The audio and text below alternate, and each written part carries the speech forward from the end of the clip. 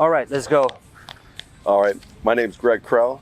I was a Miami-Dade police officer back in the 80s, and matter of fact, the 90s. And I was a SRT sniper. And I got to actually work for us it was an off-duty job on Miami Vice. And interesting times, if nothing else. Yeah, I got on Miami Vice because I actually played in the Pig Bowl, which was a football game between us and the city of Miami. It was a charity football game. And I got on through one of the other players that was actually on Miami Vice, asked me if I wanted to be on Miami Vice as an off-duty job. And I agreed to it because that's a pretty good off-duty job. And I was on 4 times on screen, and I've also worked security. And it was really the greatest off-duty gig there was because we literally got fed, and you'd work, you'd get paid for 8 hours and maybe do 5 minutes of actual work. And then on top of it, you got to be on screen once in a while. So it was really a great gig. Yeah, they had like they had a nice, display for as far as like the food. It was a nice setting. And the show itself, depending on when it was filmed too, I noticed that sometimes the cast and crew seemed a little more uptight if it was late at night and hot, for instance, than it was during, let's say, the Maze episode, which is the one that was really my first one. And it was nice. I mean, you got to, you're hanging out with the cast and crew, and I was on basically the first 2 seasons, once in a blue moon, but I also got to work security on it. And everybody was really nice. I mean, there was no, I don't think there was a hassle with any of the crew or cast members, other than Sandra Santiago once got a little mad at me because I didn't know, she was talking about some episode, and I wasn't really sure which episode she was talking about, because at the time, I really didn't watch that many of them because I worked Friday nights in Carol City. So she sort of turned to me at one point and said, "You don't even watch the show," and sort of walked away. And technically she was right. I really didn't that often. So, but other than that, and she was nice at other times. So, but it was really a great gig. Like I said, it was 8 hours usually, and man, it was the best job in the world. On the sites, you were security most of the time, correct? Most of the time I worked security, yeah. These filming days, were they weekends? Were weekend days, or was it just random? It seemed like it was random. I mean, it could be on the weekend, but I also remember during the week as well. I remember also having to really hustle up and get to work on time because I was working usually 3 to 11, if I recall. And they would sort of start to wrap up things, and I really had to sort of drive at a pretty good pace to make it to work on time and do it that way. At the time, did you realize that the show is going to be such a huge hit, and we'd be talking about it even in 2021? I had no clue. I got to tell you, the first time that I realized that the show was really that big was when I was working security for, I think the episode was Bought and Paid For, and I was in the parking lot at Crackers, the nightclub. And there was all of a sudden some girls start congregating in the parking lot, and Don Johnson saw him and he came over to sign autographs. And then he just got absolutely swarmed. It reminded me of something I had seen with the Beatles in the movie A Hard Day's Night. And I couldn't believe it. He just literally got swarmed. I had to grab him and push the girls away best I could. And I mean, these girls were grabbing at his hair, his jacket, his clothes, and I had to push him back into his trailer. And that's when I realized that the show had gotten that big. But no, when we were, for instance, I think The Maze was the 17th episode or so. And to me, it was just really, in a way, it was sort of just a nice off-duty gig. And plus, I got to be on screen a little bit, but I had no idea how big it was going to be. I certainly didn't think that, 2021, we're going to be sitting here talking about what happened back then. Yeah, it's what they call Vice effect. Yeah. On Miami. You still felt, according to my knowledge, Miami Vice is the reason why the renaissance of Miami Beach started in mid-80s. Right. And finally, it was put on a map in Europe, right? Right. I actually got here in '83. I was literally a hire from up in Toledo, Ohio. And the riots were going on, and they were looking for some bodies. And they hired me actually from up there. And when I first came down here, once again, there was no Miami Vice when I first started. And then, like I said, then there was an episode of it. And people were sort of like, "Hey, did you see Miami Vice?" And half of us really didn't watch it because, matter of fact, most of us on my squad didn't watch it because we worked Fridays. So, but it was slowly becoming that big thing. Like I said, I actually realized how big it was when Don Johnson got swarmed. And I had to literally drag him in or push him into his trailer while fighting off the girls. And that's the first time that I went, wow, this is getting big. Any stories about Don Johnson or Michael Philip Thomas? I got to tell you, I didn't know him that well. I can only say that they were very nice and approachable. And Philip Michael Thomas is from Ohio. So I remember we actually mentioned that, I think, at some point to each other, that we were both from Ohio, because so was the technical advisor, Bob Holscher. Bob Holscher and I are literally both from Toledo. So, but I mean, they were very approachable and stuff. As far as any of those scandal sheet stories, I really don't have any. And at the time I was a cop, so I really would have had to avoid anything probably like that anyway. So, but no, the cast was great. The crew was great. It was really a good gig. Who was the big drinker on the Miami Vice side? Oh, allegedly. Was it you? Yeah, I was probably the biggest one, really, to be quite honest. I will say that Michael Talbot had people would talk about how he would buy them drinks. And I do remember that I think I still owe him a beer from the PBA hall. The PBA hall is our union hall. And I think he would show up there and literally buy everybody a drink. So I don't know how much he drank specifically, but I do know that his bar bill must have been through the roof because he bought us drinks. So, so Michael Talbot probably had the biggest bar bill. As far as him being a real drinker, I really don't remember that much. But he definitely was the best as far as buying drinks. Is that one of those famous nights in Monty's when he ran up the bill? Yeah. How big was the bill, by the way? In the thousands? You know, I'm afraid to even speculate. And believe me, like I said, it was more us than him. So it was probably, he's probably still paying that off. I don't want to say too much. That he might want some money from me. I better. You know what? I literally haven't seen any of them since Miami Vice. And I never saw them really socially, other than, like I said, at the PBA hall, for instance, when Michael Talbot would show up and buy the drinks. So, but no, I know, Philip Michael Thomas, I believe, lives up in Central Florida.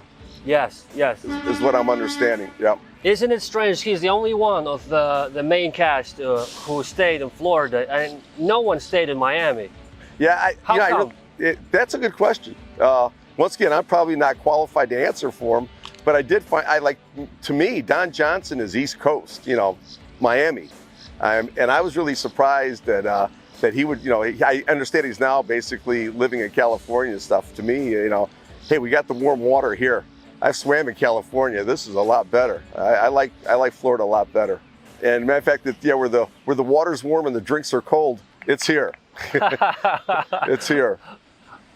I always wondered what he meant by that last quote. This is last words he spoke. And I think he was actually referring maybe to the Keys, because I remember him saying something along the lines of further south, which would have been probably Key West, or the Keys. You know what's funny though, that his boat ended up in Key West. Yeah. I actually got to go on it. It's the St. Vitus dance. It's from season 2 through 5 is the one down in the Keys, and it's still in immaculate condition. Rhonda Renaud is the one that owns it. And I got to tell you, they've really kept that boat in really pristine condition. Is it a tourist attraction? Anyone can go? Or you know what? You'd have to ask her. I sort of called her up and said, hey, for what it's worth, I was on a couple episodes. Could I come by and see the boat? And they seemed very welcoming as far as, letting me, go on the boat. And I didn't get to go out into the water itself. I mean, it was moored. But matter of fact, the 13th, I have to look at my calendar. I actually plan on taking it out sailing. Amazing. Yeah, and not me as the captain though. Somebody that actually knows what they're doing. Yeah, send us pictures. Will do. Okay, so let's talk about your golden moment in Miami Vice. Episode called The Maze. The Maze, which I didn't even know the name of it till years later, to be quite honest with you. Yeah, I had never even seen a copy of it until I literally had a girlfriend at the time film the TV while the episode was on. So that's literally, I think the first time I saw it was a copy of the TV while it was being on. But a strange incident did happen in Carol City, where I'm literally on a domestic call, and they're screaming at each other, the husband and wife, and I was working with a guy named Ruben Perez. and Ruben and I separate, the combatants. And all of a sudden, he's starting to tell both of them that, hey, he's not really a cop, pointing at me. He said, he's not really a cop, he's an actor. He's just along to see how we handle these things. And a matter of fact, he's right there. And it was just at the moment that I'm standing there with Garcelle Beauvais, and Don Johnson walks up, and then we walk out of the frame.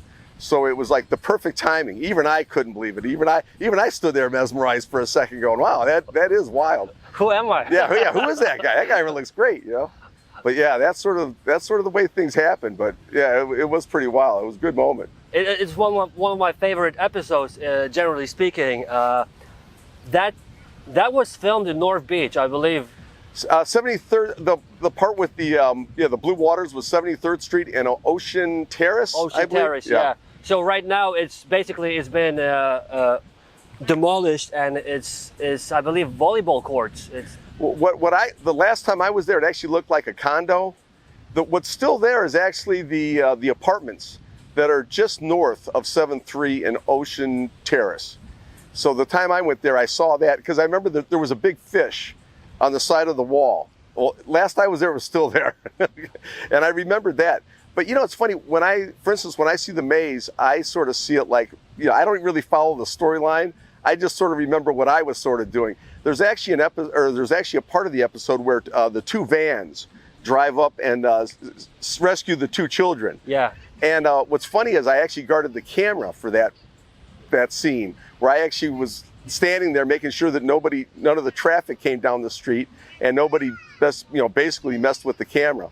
So when I see that part of the Miami Vice, I actually think of where I was standing at the time, as opposed to really the storyline or anything else like that. It's a personal experience, too. Yeah, sure. yeah, and it was a fun one, because Miami Vice was really different from my regular job as an officer. I was working Carroll City, and then later on a place called Central in Miami-Dade County at the time. And at the time, we were the murder capital of the United States, and the areas that I was working were the murder capitals of Dade County. And I would leave, for instance, I'm on a cigarette boat being taken out to Stiltsville. And then later on, a couple hours later, I'm literally giving CPR to a guy that was shot and killed over a $5 haircut dispute. So it was really sort of, the extremes of humanity in a way. So it was interesting in that area as well. Have you considered changing career to this full-time Miami Vice? I should. No, I got to tell you, I'm retired, and I love being retired because I'm inherently lazy, and I really do the lazy thing real well. So I make a good retiree. But it was an interesting time. What I did for real, as a Metro-Dade cop and being on Miami Vice, really make for an interesting time, a time that I didn't appreciate that much at the time. So when you were guarding like the camera or some of the crew, would they close that road, for example, for that scene? Yeah.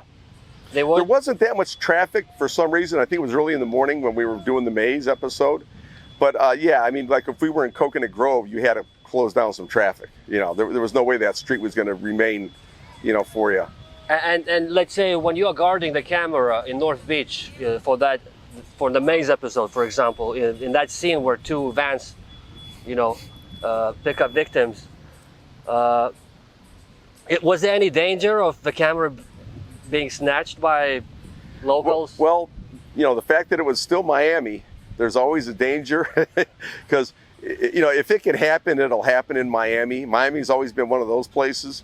But on that one, there was no incidents. But it's just, I think, it's just the fact that when I watched that scene, I remember where I was standing during that scene, where I was actually watching the vans go up and I was watching the camera. It seems like it was a cold day from looking from the outside. Everybody was wearing because we're wearing like long sleeves. We're actually wearing our riot gear at the time, our riot overalls, BDUs. And I got to tell you, I do remember sweating a lot, though. So I don't know how hot or how cold it was, but I seem to remember sweating a lot. And I think, matter of fact, I think Garcelle Beauvais actually mentioned something along the lines of like, "Man, it's hot out here." So either it was cool in the morning and then got hot by the time we were doing that part. But I don't remember it being that cool myself. I remember sweating pretty good. Then again, I was pretty much just from Toledo at that point, so I can see where I would have been sweating. The last time you worked on site of Miami Vice, did you know it was going to be the last time? Not really, and I think the last time I worked it was as security, and I think it was in Coconut Grove. I think it was at least one of the last times I did anything with Miami Vice. But you know, and then like I said, at the time I was pretty much wrapped up in my world as a regular Metro cop and what was going on, you know, in that world. I didn't really know when it went off the air. As far as you know, I think I was tuning in once in a rare occasion, and I found out that Miami Vice was no longer there. So you went from being police officer in Miami to being Miami-Dade SRT sniper. Yeah, it's just a different appointment base, or not appointment, but a different unit than uniform patrol. Because during the Miami Vice era, I was actually uniform patrol.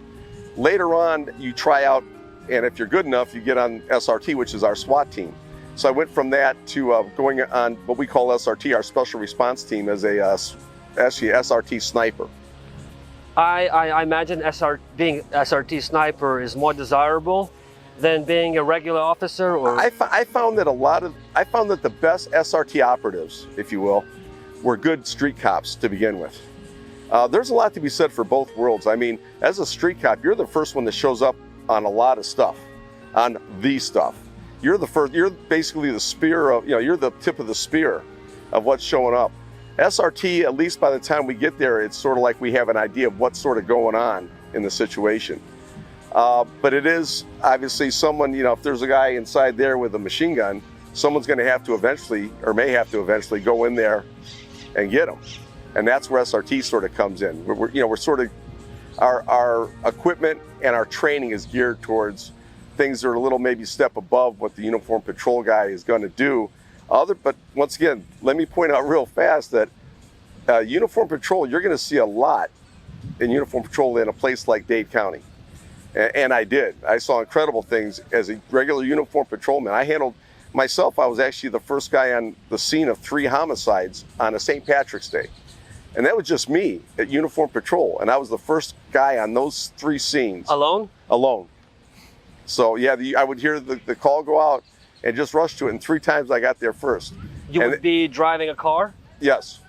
And this is just regular Carroll City, 3 calls, and I get there first. And once you get there, do you present yourself on the scene, or do you wait for more reinforcement? Right. Well, you know, depending on the situation, if there's a subject on the scene, or, you know, you do it you're basically doing it on the fly.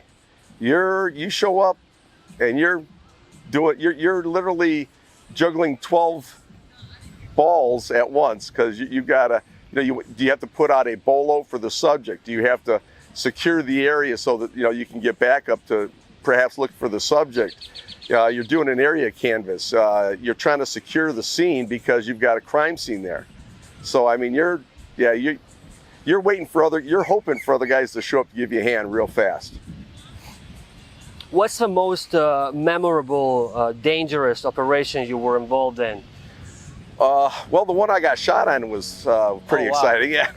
Tell us about that. Yeah, we were raiding a place called Shellacos, and the owner, who later turned out that was a Colombian drug dealer, basically hid behind part of a safe that was towards the entrance. And he came out pointing a gun, and we got into a shootout, and I was forced to effectively return fire along with my team.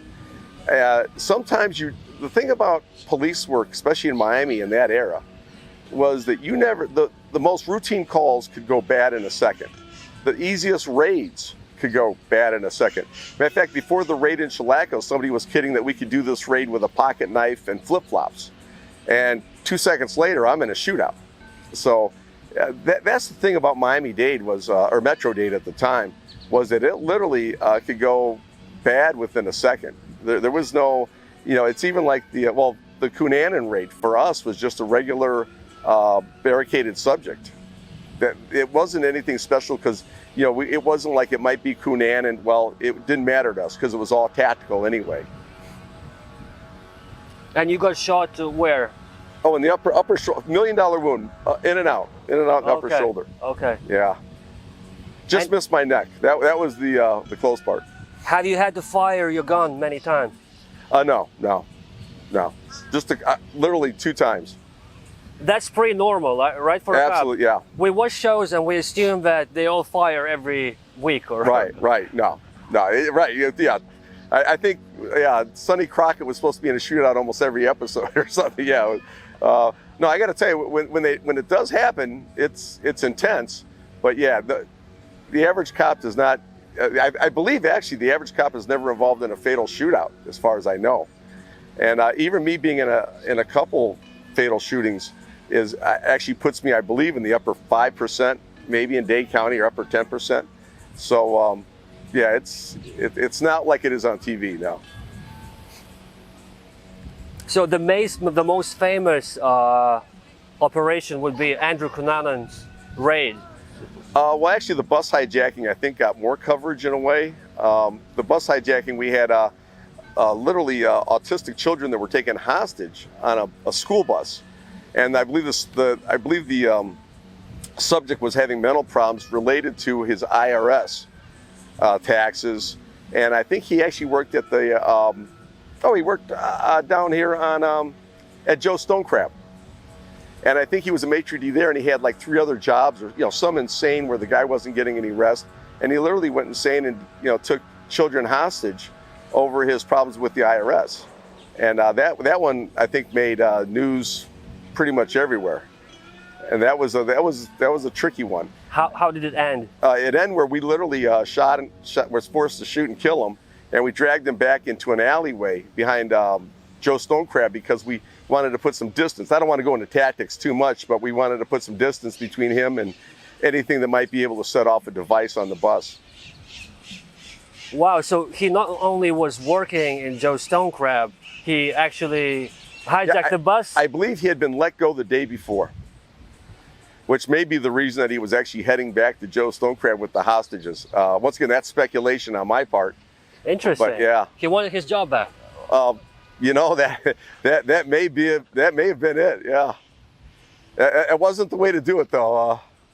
What's really amazing to me is the children at the time. I think once again, I think they were like 12, maybe 13 years old, and this happened back in, now I'm really stretching my memory, 97. So I mean, we're talking possibly they're adult, like in their 30s by now, easily. So that's sort of a spooky, feeling right there. Another famous site you were on, operation, was ValuJet 592 airline crash tragedy. Yeah. Terrible tragedy. 110 people that literally lost their lives in a split second. Yeah. So May 11, 1996, tomorrow is an anniversary. 25th and you're anniversary. Going to... Yeah, I'm going to go to the memorial, yeah. 25th anniversary. I never met the loved ones until 5 years ago. And I finally got to meet the loved ones. And in a way, that was almost my closure. And I spent 2 months out at ValuJet. ValuJet was, you literally would, I spent online going through, literally looking, because it was a crime scene at the time. So we were literally doing the human remains recovery. And then I would also be a sniper out there because we didn't want to get, attacked by alligators and stuff out there either. The thing is, with the motor fuel in the water, that's really what you smelled, was motor fuel and, to be quite honest, death. And that was a quote from a friend of mine, Paul Toy, who was one of the divers out there. And he hit it pretty much right on when he said that it really reminded him the smell of motor fuel and death. And that's really what you smelled out there. And I was out there for 2 months. And it was absolutely sad. It was all, plus it was 7 days a week, daylight to, sundown. So literally I was either asleep or out on the site for 2 months. So everybody was working overtime? Yeah. Well, that was actually possibly, we didn't know what had caused the plane to go down in the beginning. So it was literally a homicide investigation in the beginning. I watched a Discovery documentary about it.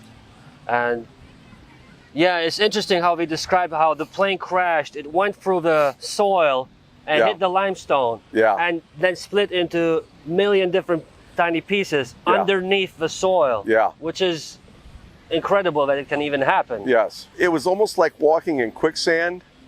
And as you're walking along, you're almost feeling with your boots. We had rubber boots on, so you're almost feeling for stuff with your boots while you're trying to visually see anything as well.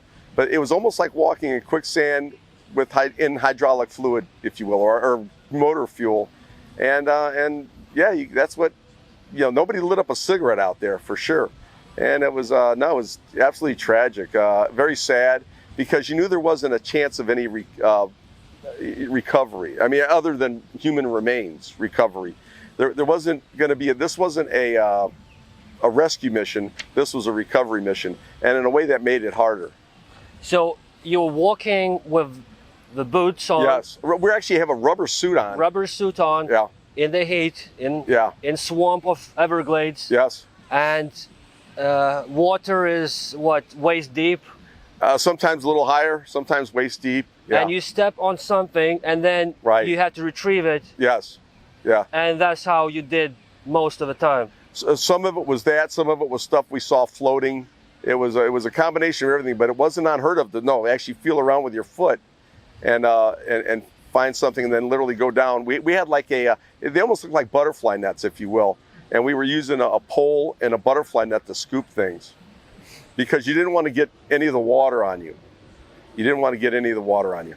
Has any of the remains been found at all? I want to say we recovered over 60% of the remains, the human remains. And was it in flesh and bones? What was the state of the bodies? Right. It was like you said. You would find a hand, you would find flesh and bone, you would find. What I remember a lot of was tennis shoes with the feet sometimes still in them, and we saw a lot of that. Oh my God! And just that sort of it was that kind of a scene. Was this the most grotesque, unpleasant? On a grand scale, I mean, you see things I saw things as a cop in Metro, just in Carroll City, that were terribly grotesque or really shocking. But I think on a grand scale, this was by far the biggest scene of this type that I ever saw. I mean, we're talking the remains of 110 people, and it went, in different, with things not attached. How big was the site? You know what? That's a good question. I wish I could give you a better answer. I'm trying to go on memory. It seemed like a pretty good area because we were doing it in sections. We were actually clearing the area and trying to find the evidence in sections. Because once again, we didn't know in the beginning what caused this plane to go down. We didn't know if it was a terrorist attack. We didn't know what it was. Matter of fact, you almost had people suggesting it was a terrorist attack. So we were really concentrating on finding out what happened to this plane. I want to say, I remember, like I said, I remember my 2 months out there, and I remember that it did go a little bit longer than that. If we went down there now, would there be anything to suggest that something happened here 25 years ago? I got to tell you, that's what shocked me. I was there 5 years ago when I met the family members, and I was shocked that it literally has been almost owned back by the Everglades. The Everglades has reclaimed it in a way. I didn't recognize the site. I had to really put things back together and go, oh, there's where this was, there's where that was. The site looks totally different now. And tomorrow you are visiting Memorial of ValuJet 592 tragedy, correct? Yes, the 25th anniversary, yeah. Meeting the loved ones was incredible. To me, that was, I guess, the closest thing to closure for me was meeting them. They were incredible. Despite their own pain, to reach out and thank me was like I said, despite their own loss and everything, was incredible. These people are incredible, they really are. And if nothing else, out of ValuJet, there are new policies in place that hopefully would prevent this. I believe there's still an outstanding warrant. Matter of fact, I know there's an outstanding warrant for one of the principals involved in the cargo loading of ValuJet. And like I said, I think the FBI is still looking for him. So wait, he fled? Yeah. How long has been wanted? Oh, well, I think he fled basically right after the crash. So we're talking 25-year-ish in that area. Do you think he's still in the country, or? I think he's out of the country. Yeah. Once again, pure speculation on my part. So he once the plane crashed, did he flee right away, or he waited until evidence started pointing at him? That I couldn't tell you. That, yeah, because a couple days after the crash, what had happened was one of the original snipers became very ill out there and started running a temperature of 103 and tried to just tough it out. And one day he almost passed out in the water, and they made him leave. He was still willing to go out there and try to do his job and recover the remains and work as a sniper also, because that's what you did out there as a sniper. You worked both on the line itself and also on the airboat as a sniper. So I was his replacement, and he was with we had 3 teams in SRT at the time, I believe, and I was his replacement, and then my team was dispatched out there, and I stayed with my team when I went out there as well. Tell us about that flight you had after the tragedy. Oh, I get on a plane the day after leaving ValuJet, the ValuJet site, and now we're going to fly out of the country. We're going to go down to Panama for a couple of days and just relax, just get away from Dade County. I don't want to see Dade County. I don't want, I just want to get away from as much as I can. So as we leave, one of the flight attendants I know comes up and says, "Hey, have you ever seen them dump fuel before?" And I said, "Not really." I go back to the wing, and we're dumping fuel. And she goes, "Yes, we're going to return. We're making an emergency landing, and we're going to return to MIA, which is the exact same route as ValuJet took." And I looked out down off the wing, and we're flying over the ValuJet recovery site. And it was like, yeah. And it was, then later on, I thought that I had maybe grabbed something that was wet or something dripped on me because my hands were wet. And then it dawned on me, I was literally sweating. My hands were sweating. So, yeah, yeah, wild times, yeah. Especially after that, we also had a detective out at ValuJet that went on vacation, flew on vacation, had a dream the night before he was supposed to fly back that he was involved in an airplane crash. So he drove back instead, and I think was a day late, and had to take just literally had to call up and say, "Hey, listen, I'm going to be a day late because I ain't flying back. I'm literally driving back." And that was one of the investigators out of ValuJet. Boathouse raid. Yeah. The infamous murder of Versace and the demise of Andrew Cunanan 9 days later. Yeah. And I believe, I'm trying to remember how many he did kill altogether. I mean, he was 5. A serial killer. Okay. Including Versace, yeah. Yeah, we got the call out, and it was in Miami Beach, and it was close to, in fact, it was close to the fire station up there. And to us, though, in SRT, once again, our thing, if you will, is not who it is, it's tactical. Because to us, it was just a barricaded subject. It didn't matter who it is inside, it's just a barricaded subject, and we do the tactical. One of the things that made it hard, speaking of helicopters, was the helicopters, because I couldn't really hear if there was any sound coming from the houseboat itself because of all the helicopters, because you had the news reporters all around and the helicopters circling and stuff. And part of my job as a sniper is intelligence gathering. Well, that includes what I'm hearing as well. So that made it a little harder. People sort of wonder, at what, I noticed the TV show made it look like we knew it was Cunanan in there and stuff. Well, number one, it didn't matter to us. It's all tactical. We're just going to a barricaded subject. And number two, I didn't know for sure if it was Cunanan or just somebody barricading themselves in a houseboat. Later on, I did get called into the houseboat because we were still searching. I secured an area while the search continued. Part of the area that I secured was where the Cunanan's body was. And to me, it looked like he had gained a lot of weight. I also remember watching the Versace special, if you will, where I think they were saying that he was really hungry at the end. To me, it looked like he had actually gained weight from the flyers that I had seen on him. I still wasn't convinced it was him till later on, when they actually ID'd him for certain. But yeah, and then of course I looked outside, and I don't want to use the word circus because obviously the media has a legitimate interest in what's going on, but it had turned into a lot of people giving interviews with the houseboat in the background and stuff, and that really weren't involved in the raid or operation itself. So yeah, but it was a big deal in retrospect. But like I said, as far as we were concerned, we didn't know if it was him inside or not, and it didn't really matter to us if it was him or not, other than, like I said, at that point, it's all tactical for us anyway. So it's always like stoic approach. There's no emotion. Right. We don't care who it is. Right. This is our target. Right. Got it. Exactly.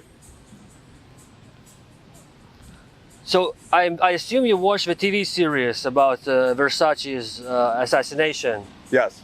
I saw a couple of the episodes. I think wasn't it a mini series where they had Yeah, it was I believe 9 episodes. Or... something like that. I remember watching the one that dealt, I think, with him in Miami Beach or the Miami area. Yeah. I watched that one, yeah, I mean, it's TV. You know, I sort of thought it was sort of filmed in a Miami Vice style actually when I was watching it.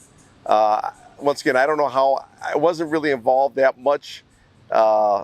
In the investigation itself, so I really couldn't tell you how accurate it was or anything like that, but I just remember the houseboat raid itself, which I did take part in, and you know, like I said, for us it was just another barricaded subject because that's how you have to approach it.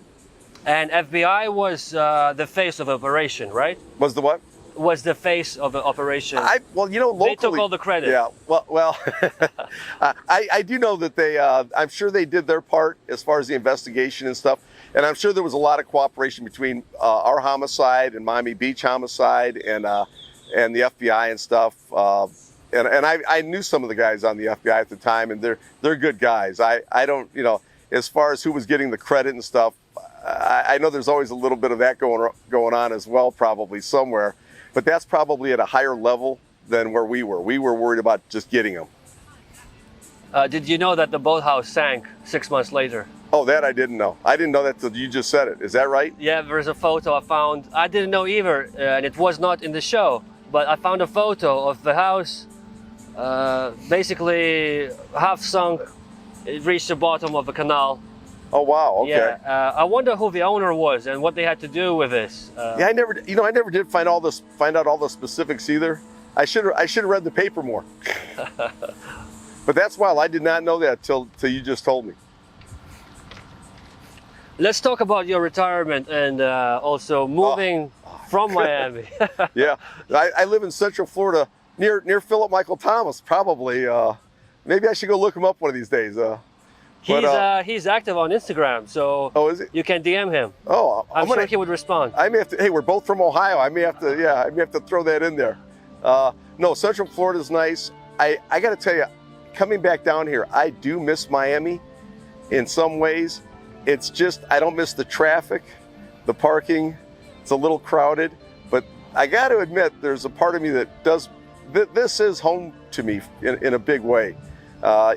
Toledo's another place, obviously, that where I'm from, so there's a home feeling there. But Miami does have its, there's a little bit of heart still left in Miami as well, or Dade County in my case. So when did you retire? 2008. 2008. December.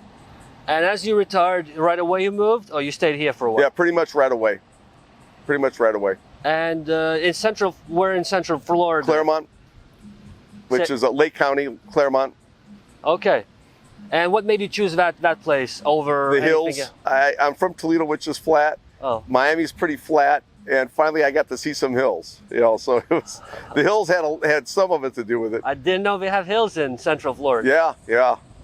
I didn't either till I was getting close to retiring. Looking back, what's your favorite decade? 80s. 80s? SRT was more, for me, it was the 90s. But I think as far as intensity, I think the 80s were the time when I was a brand new Metro cop saving the world, And there was that mentality, but there was that constant adrenaline rush as well. And, you had the Miami Vice thing going on. Work in Kral City, which gave me if I needed an adrenaline rush, I was certainly getting it there. So yeah, the 80s for me were the moment when, even law enforcement wise, when it was Metro Police in the 80s, that was the time when it really was intense. That intensity, you can't sort of disregard that incredible intensity. And cops, cops like adrenaline kicks too. At least the good ones do. How did you deal with not having that in your everyday life once you retired? Did It you took me pick a up while. a sport or? It took me a while. I mean, I still I have a lot of hobbies and stuff still, but it actually did take a little while to get back out of that mode. There was still a lot of me that was doing this a lot when I retired. Head on a swivel. I would see a traffic stop on the side of the road. I would circle the block to see what was going on, to see if I could jump in and help. So yeah, it took a while. Have you ever considered becoming private investigator? I talked to a lawyer about the liability involved, and that's what, because I was actually going to think, I actually thought about maybe teaching sniping or doing things like that. I've also been offered some jobs as, you know, bodyguarding and or even, you know, counter sniping situations and stuff. And then I talked to a lawyer, and that's when I decided it wasn't worth, you know, I don't want to spend the rest of my life in court. What was the issue like with this? If I teach you, you know, if I teach you and something goes bad, no matter what the situation, you accidentally shoot, let's say, a hostage. During the teaching or later in my career? Well, once again, if you're being sued, they're going to look into your training. And that training means I'm going to have to go and testify somewhere. And wherever, you know, that takes me out of my little retirement mode. And I'm going to have to go back there and probably sit in a courtroom for a couple of days somewhere. And I just didn't want to do that anymore. That's almost the part that the part that I really didn't like was like sitting in court all day and stuff. To me, that was actually the hardest part, were those moments, or doing the ton of paperwork. I don't know a real cop that enjoys paperwork. We enjoy this. Later on, sitting down, you know, doing the William Shakespeare version of it is hard for us sometimes. So tell us about your hobbies, interests, what you're up to these days. How do you keep yourself well, I busy? watch Miami Vice now, reruns once in a while. Yeah. I like to read a lot. I like to scuba dive, snorkel, a lot of water sports. Matter of fact, I'm going on the St. Vitus the 13th for a couple hours, so I'm going to do that. But I got to admit, I don't think I could have retired to anywhere other than Florida, because I do like the water. I like to go on cruises. So it's a lot of water-related stuff here that is not available in Toledo, Ohio, for instance, or anywhere like that. The last scene of Miami Vice, I say that's where 80s ended. Yeah, to me it was. And I remember too, they had like the Lost episodes, which I don't count, because I think on Free Fall, the very end, to me it almost sounded ad-libbed. The part where Tubbs gets out of the cabin, actually winks at Don Johnson, or, you know, Sonny Crockett, and then he walks over, and some of that scene seems very ad-libbed, where we had a hell of a run, didn't we? You know, and it's funny because I actually thought of that. The last officer that I talked to, while I technically was still a police officer, as I literally went to headquarters my last day to turn in my badge and get my retired badge and stuff, I went in there and I talked to Roger Castillo. And Roger Castillo, he was the last cop I talked to while I was technically still a cop. And I remember saying to him, "Hey, when you retire, let me know. I'll come back down for your, you know, retirement party." And 2.5 years later, he was killed. He was shot and killed, along with Amanda Harworth, which I knew vaguely from SRT. She was a detective who was involved in some of our raids. And so, yeah, when I see that scene in Free Fall, I remember that. I remember talking to Roger Castillo. I knew Roger from back in Carroll City in the 80s. So when he was killed, that was hard. That hurt. And when I see that scene, it's sometimes a little hard to watch, not because of the scene itself, but because of that incident of talking to Roger. You see yourself. Yeah, I sort of talking to your partner. Yeah, I always thought there was this interesting correlation between Miami Vice and what was going on in the real Miami. Sometimes it was a vague correlation, but it did seem to be somewhat of a correlation anyway. And some of the last words of Sonny Crockett or Don Johnson, where he says he's going to go somewhere further south. Right.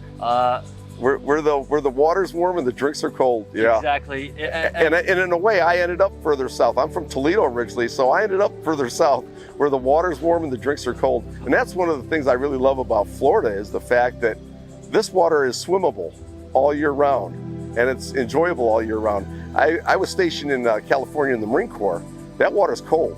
Now I could take it when I was younger in the Marine Corps, but now that I'm pushing 63, I like my water nice and warm and my drinks cold.